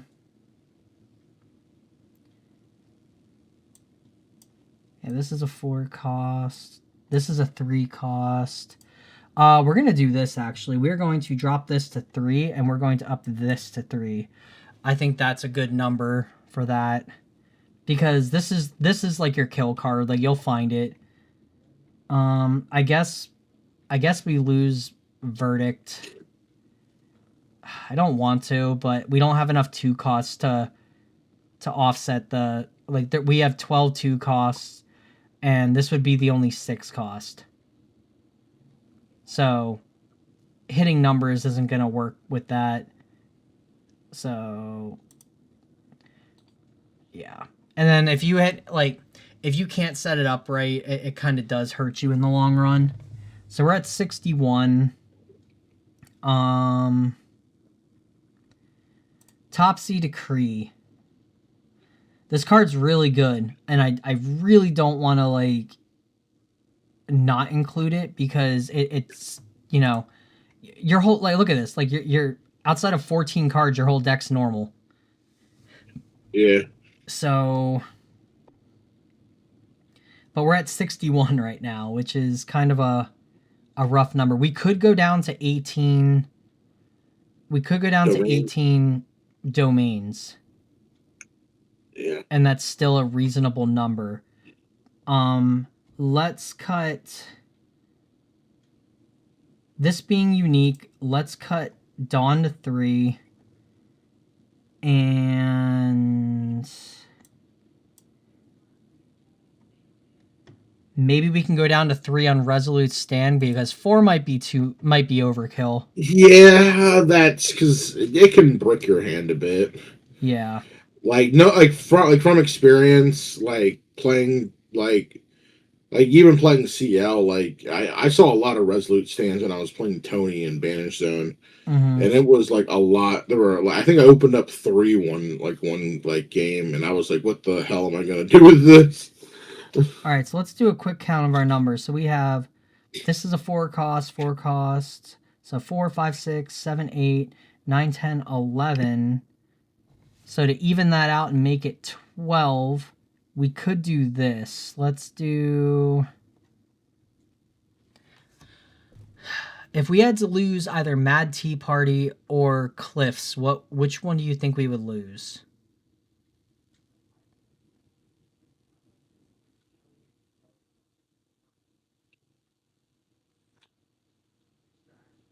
I know it's a tough choice.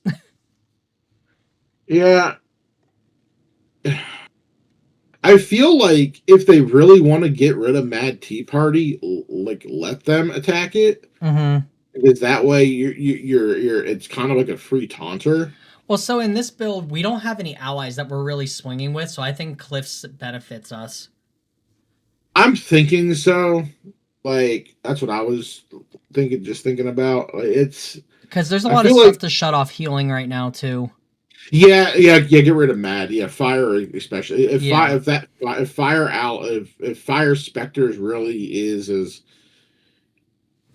well tested as they say, then they're gonna tech that thing that shuts off healing. All right, so we're at 58 right now. I can bump this up by 1, and I can bump. I'm gonna bump Eternal Kingdom to 3, and then that will give us an even 12. So that's 4. Yeah, you want to see Eternal Kingdom. 7, 8, 9, 10, 11, 12. Yeah, so that it adds synergy to Rictus Tiding. So now we're at a tough point because we're at 60 cards. If we want to play a full playset of Topsy Decrees, we might have to lose this card. And that's the thing. So let's do this. We've got the main board pretty much narrowed down, so to help us make this decision, let's go to the material deck and start making cuts here. Yeah. So right off rip, we need our spirit. We need our level 1. We need our level 2. And we are not doing this Tony. We are doing this Tony. Sword Tony. Yep. So we've got that figured out. I still think, let's see.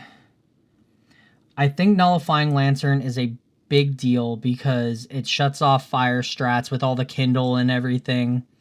Anything that requires water, like anything that requires specific colors, Razor Gale can't grab their stuff back. This is just really good, and it doesn't hurt us at all. Temporal spectrometer is going to be our regalia, so we are going to lose Mercurial Heart. This is going to be our backup charger. Even though it's expensive, we're playing Domain Tony. It kind of offsets itself. We need Archon Broadsword, which is a 1 cost. Chalice of Blood. Yeah, Chalice of Blood. Yeah, Chalice of Blood definitely needs to be in there. I would say Alchemic Scripture. Maybe not for maybe not for Sword Tony. We do need this sword, so we don't need. I would say yeah. Yeah, we're gonna lose Bulwark because we've got this. So we're already at 10. Well, grab Wayfinders, Matt. Yeah, Wayfinder. So we're at 11. We don't need smoke bombs because we're cleaving. Yeah. So we don't really care if they have a taunt. Let them.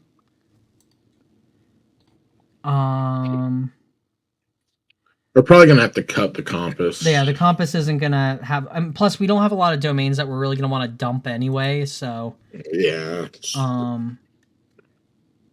I don't think book makes the cut here. It might.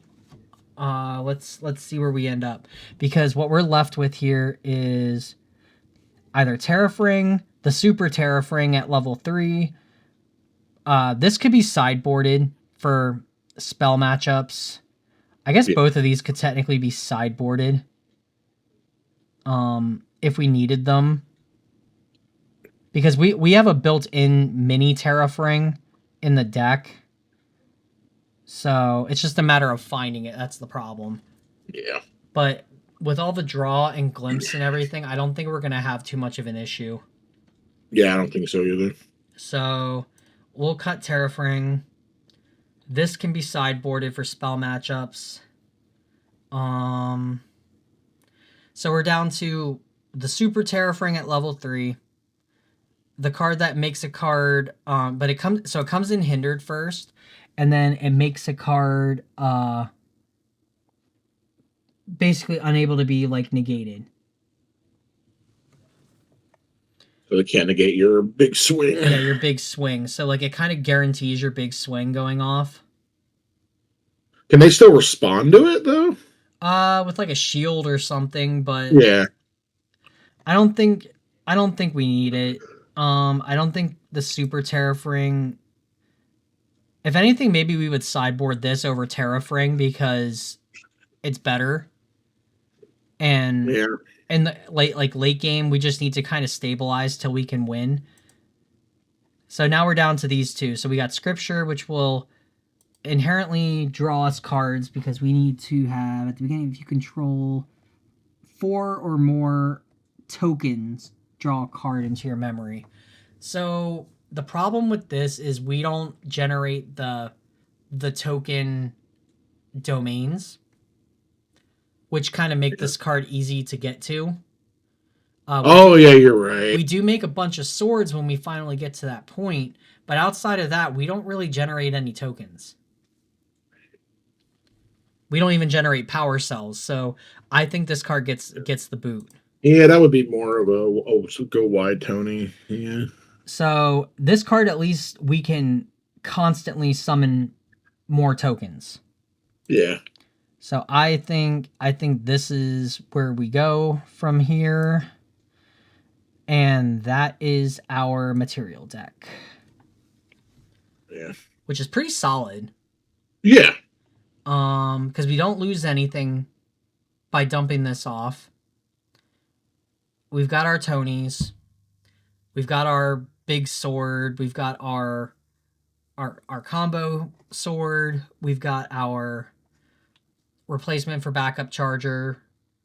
We've got Chalice of Blood, Nullifying Lantern. And if anything, like, you can take Nullifying Lantern out for something else if you really don't feel like it's necessary. Yeah. It's just, like, looking ahead right now, I feel like it might be necessary. So... Oh, yeah, it's always a solid choice, to be honest. Yeah. So... And all these are 0 cost, so these don't cost you, like, anything to play. Yeah.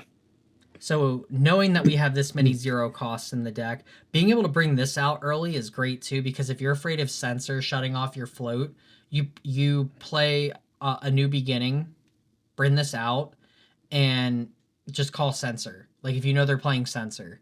This does require knowledge of the game though. Because I don't know if you saw what the other effect of it is. You call yeah. And it costs 1 more for them to play it.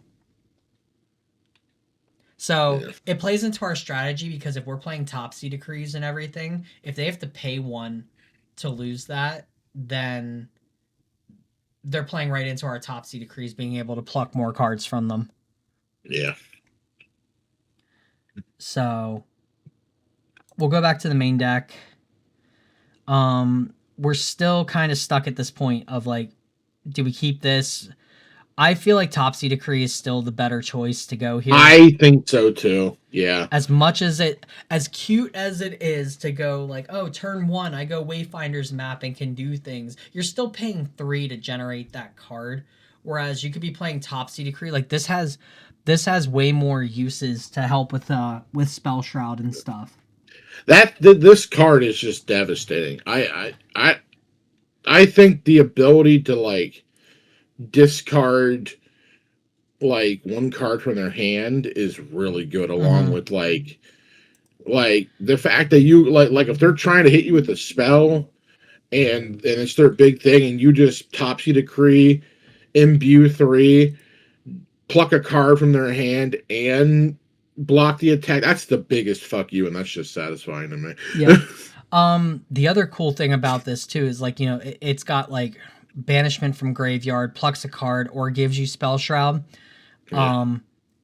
What's even better is this card is completely unaffected by Nullifying Mirror.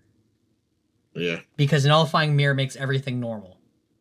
Yeah. Oh, you're right. Oh, yeah. So you don't have to ever worry about imbuing this card because your stuff is already normal. Yeah. And you can just pluck a card from their hand and like at the end of their like at the start of their like at the end of your turn, or like because you can activate that before they materialize, right? What, Topsy Decree? Yeah. You can respond to materialization. So if they go to do a float, can you like to remove? No. So they pay the cost. So you would have to do. So you have to do it at the end of the turn. Yeah. Right. So like you can, yeah. So the way it works is you pay the cost, you attempt to materialize, you respond to the card being materialized before it hits the board. Okay. They still have to pay cost first, though. So you cannot respond to them paying cost. Yeah, so you can just Topsy Decree at the end of your turn, or and then like just remove 2 float and make them discard a card. That is nasty. Yep. So here's what we got. We have the material deck, which I don't know why it says that it is illegal for play because it is 12 cards. I don't understand which card it's saying is illegal, but whatever. Is there like another version of this card or something that is not? No, it's just the CS. I don't know. It's being weird. But here's our material deck. We have the new Spirit of Purity, Tony 1, Tony 2, Tony Sword Tony level 3, the Aegis Broadsword. We have this, which is the Proxy's Vault card. Like I said, you can literally just print this card off on a printer and play it. Very good. It creates a token and shuts off upkeep costs. So let's say you don't have a way to... Let's say you don't open up this card and you don't have a way to turn off your upkeeps and you're worried about it.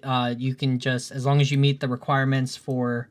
I believe it's if you have 2 domains. Yeah. Yeah, if you have 2 domains out, you activate this card. You do have to pay the cost of 1, which if you have a float in there, it's an easy way to get rid of it. So, you play this, you can stop the upkeep cost, generate a token. If you have to generate a token early, that's fine. You just poke your opponent with it, no big deal. And like I said before, it's a print and play card, very easy to get a hold of. Most of this comes out of the starter deck, or a good portion of it does, or it's like dirt cheap in a bulk bin somewhere. Nullifying Lantern just got a reprint in PTM, so this card is easily obtainable. I know it was harder to get before because it was from DOA. But I think it was like $10 before, I think. Yeah, a lot easier to get now. This is our replacement for backup charger. If you were lucky enough to own a backup charger, you can put backup charger here, and then find room for a turbocharge in the deck if you want, whatever. But this card is really good, and it's pay 5 to get the backup charger effect. It's whatever. You're playing all these domains and everything. It's not hard for you to do this like during someone's end step or whatever, because once they generate the regalia that you're trying to block anyway, this card just, like, you just pop it. In all technicality, if you really don't want to pay this cost to pop it, you can you can play Unmake Duality from PTM and just pop it with that. It feels bad, but at least you're only paying 3 for it.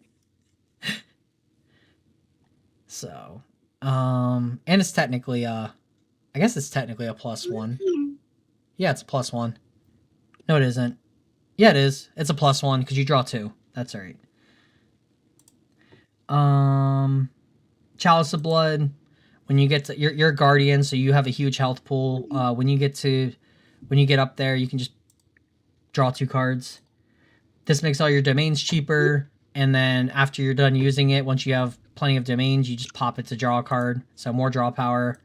And then Temporal Spectrometer, because we're on a budget, this card is dirt cheap, and if you can get it out early, like, so one of your early lines for this, you'd go turn 1, generate your Temporal Spectrometer, put a counter on it, then go next turn you would follow up with Wayfinder's Map. You could set that up. Or if if you're being pressured, you would go into Tony level 1 to get your health threshold up, then grab Wayfinder's Map, or grab this later. It depends on like what's going on in the game. It doesn't feel bad to pop this for level 2 for free, because if you have like a good number of float in your discard pile, you just pop this at level 2, go level 2 for free, and then use your float for level 3. It's not, it works either way. Just don't leave it lingering on the board for long, because people will fuck with it. And then the main board is as follows. Very simple. You have your defensive card. This card is a +1 if you hit any combination of like Neosite and Foundry, or any of these 4 cost and multitudes of 2, or we don't have any in here, but like if you hit a 7 and a 1, any combination that makes 8, otherwise this card just breaks even. So it doesn't get taxed by Dawn of Ashes. There's so many, like the deck kind of just looks and feels good to play from what I can see so far. This card's great once you get a couple domains out there. It's a 1 cost, so 1 drop floating memory, and it lets you set up huge glimpses to set up your draws for the next so many turns. So like if you have like some dead draws coming up, you can just push them down or put them to the bottom of the deck if you don't need the cards. Very good setup card. And it helps get your influence down so that your fast cures are always live. Having 16 float in this deck, you shouldn't have issues using float to get into things. Your end game is going to be very simple, or we'll start with mid game. Your mid game, you want to try to get Dawn of Ashes out as quick as possible. You have 3 copies. I don't think 4 is necessary. It is a unique domain, but what it does is it taxes both players that they have to pay 1 more for cards that are not normal element. So that means everything. If you're fire, water, wind, any advanced element, you have to pay 1 more to play each card. It's a constant blanket effect. When you get Eternal Kingdom out there, it doesn't matter because you're going to just have so much influence. It turns all your domains into tappable mana, so you don't care about paying 1 more because you have so much influence, it's not even funny. This card, again, another +1. You have so many cards that that are +1s in here in some way, shape, or form. This card I really feel like is a sleeper. I saw this card when it was released, and I was just like, this card is amazing. Yeah, it's just really, especially if you have the map out, man. It just gets even more. Yeah, if you get Wayfinders and you're paying 3 for this, you're essentially playing a Hub of Innovation that later on will give you the ability to draw an additional card. So, like, let's say your opponent takes a turn that they don't do much of anything, and you still have, like, 6 domains up or whatever. You just tap them all down at the end of their turn, draw a card, they stand back up on your turn, and you just drew another card. This adds to the taxing of Dawn of Ashes. So now they're paying, for their first card, they're paying an extra card. So now they have to pay 2 for their first card for the term. They can kind of cheese this card and play it during Recollection, which, whatever. If they do it that way, then, you know, fine. But at the same time, you're making them play a card from hand. They're still losing that card. So, and if you're able to sneak in a Topsy Decree before that, like at your end step or before their turn starts, and they can't play that card, like, this thing's going to tax them, and they had already lost a card at that point anyway. Also, you kind of want them to pitch Floating Memory or certain cards, because then you can just pop your Spirit, or you can Topsy Decree. The object is to get your opponent to make stupid mistakes so that you can respond and make their life harder for anything they have to do. So if they're like, okay, I'm going to discard a Floating Memory so I can, you know, use it next turn, like, you just Topsy Decree it before, like, at the end step, before they get to do anything. Topsy Decree is such a good card. It really is. I love it. This is kind of a float spot. Again, more taxing. Tony loves to tax people. Tax your opponent's allies to attack you. So if they're playing a low to the ground aggressive strat, this is going to throw off their math substantially. Because those decks completely they completely run on specific amounts of cards being able to do certain things. So Topsy Decree discarding cards, this card taxing them, you know, banishing stuff from their discard pile, like for like Kindle and everything like that. It throws off their entire, like, their entire tempo.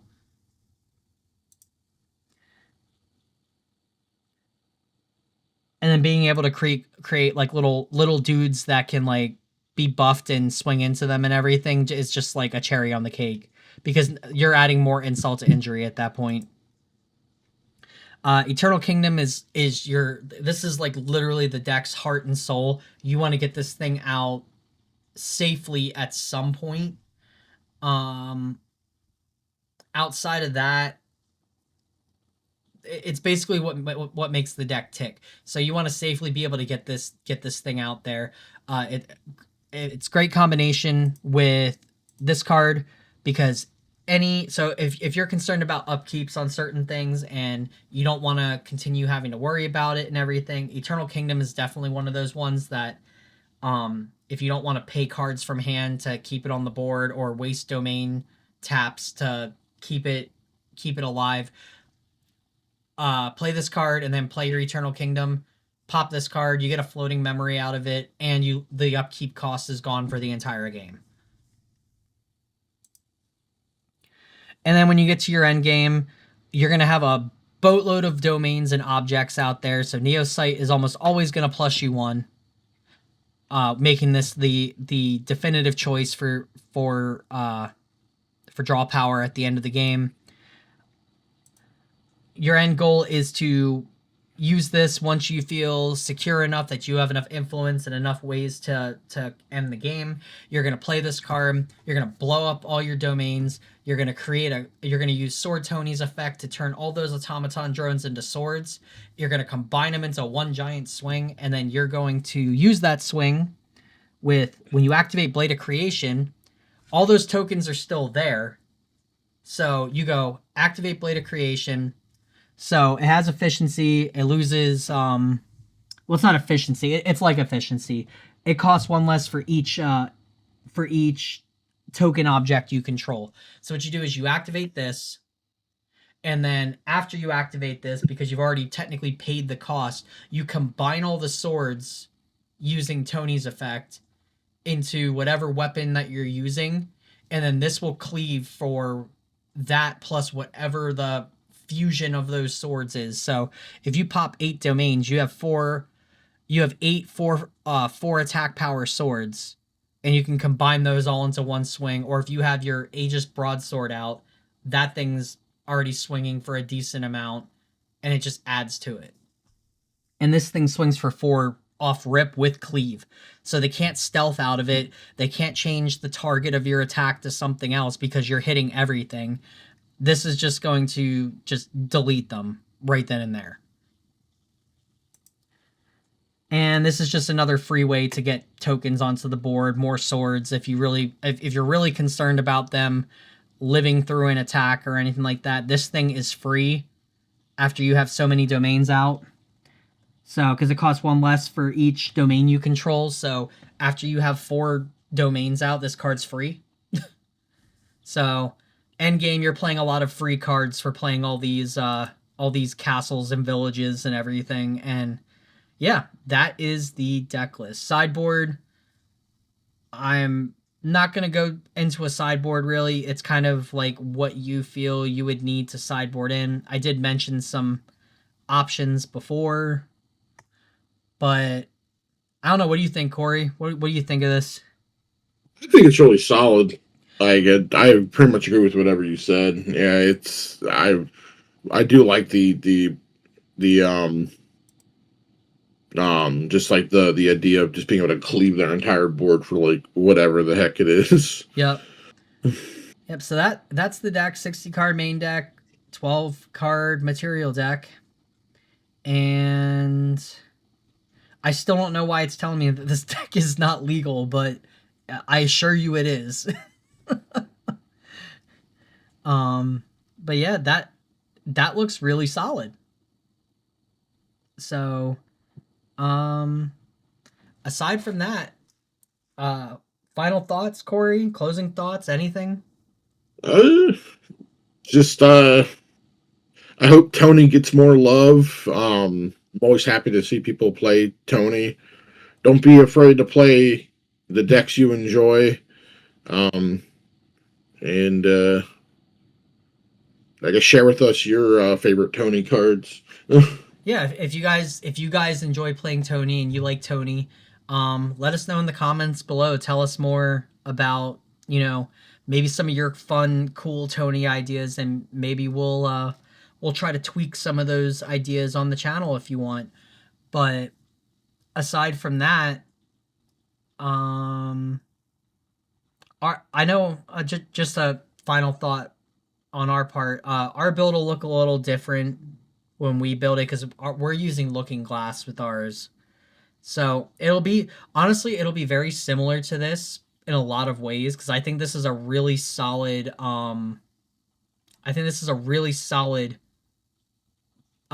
Core for the deck. I think the only differences that ours is going to have is in the material deck. Our Divine Relic is going to be Looking Glass, which means we're going to play a copy of Unmake Duality in somewhere in the main deck. But we're also going to be playing copies of Crossroads, which lets you dig for any domain in your deck that's 3 cost or less, regardless of color, and put it onto the board. But you can only play that card with Looking Glass. And then we're gonna be playing one ofs of like Zhu Chang and Gloamspire Black Market, and just like all the decent unique domains that you can't normally put in decks unless you're locked to that color. And that's realistically going to be the only big difference, you know, aside from maybe this will be a backup charger or something like that. But I think the rest of the list will look very similar. What do you think, Corey? Yeah. I'm still kind of workshopping different things. I'm currently going through my list, seeing like what I might use, because I got through this. I mean, kind of thinking of like what I want to keep and what I want to get rid of. Mm. But yeah, I think this is really solid, and I don't really think it'll change all too much. No, the only things that are going to change are like you know, we're going to be playing the one of other domains. We have Crossroads and Looking Glass and all that stuff, which really, and then Dungeon Guides, which up the value of the deck substantially. But it changes the way certain things play. But I like a lot of these combos in here, like, you know, the Rictus Tiding and having so many combinations to hit off of that. Yeah. This actually looks pretty solid. I'm actually pretty pleased with it, not gonna lie. Yeah. So, but that's the list, guys, and look forward to more content like this from us. We're definitely going to be doing a lot more cooking on this channel for decks. So if you guys want to see more budget stuff, or if you guys have a request for a deck that you guys might want to see that's budget, I know all three, me, Dalton, and Corey, are all really messing around with Chessmen. So hopefully we get something out of that. I don't know if we will or not, but we're trying. And Chessman's actually pretty budget. I think the level 1 Alice is like $1 right now. Yeah, it is. And then all the other Chessman stuff it's fairly cheap. I don't really see it being a tier 1, tier 2 deck even, unfortunately. So that means like all those cards are gonna just plummet in price. I mean, they've already plummeted in price, but like I think you can get all the Chessman stuff for like less than $50 right now. Yeah. So that's pretty cool. But yeah, let us know down below. Like, you know, tell us about your Tony experiences, if you enjoy playing Tony, or if you guys want to, like, if there's a specific budget deck you guys want to see us cover on the channel. We would be happy to break that down and make it so that it's playable for you. Yeah, just let us know. So with that, I think that's about it. So we're gonna get out of here, right, Corey? Yeah. All right. So have a good night, guys, and we will see you on the next one. Goodbye. See ya.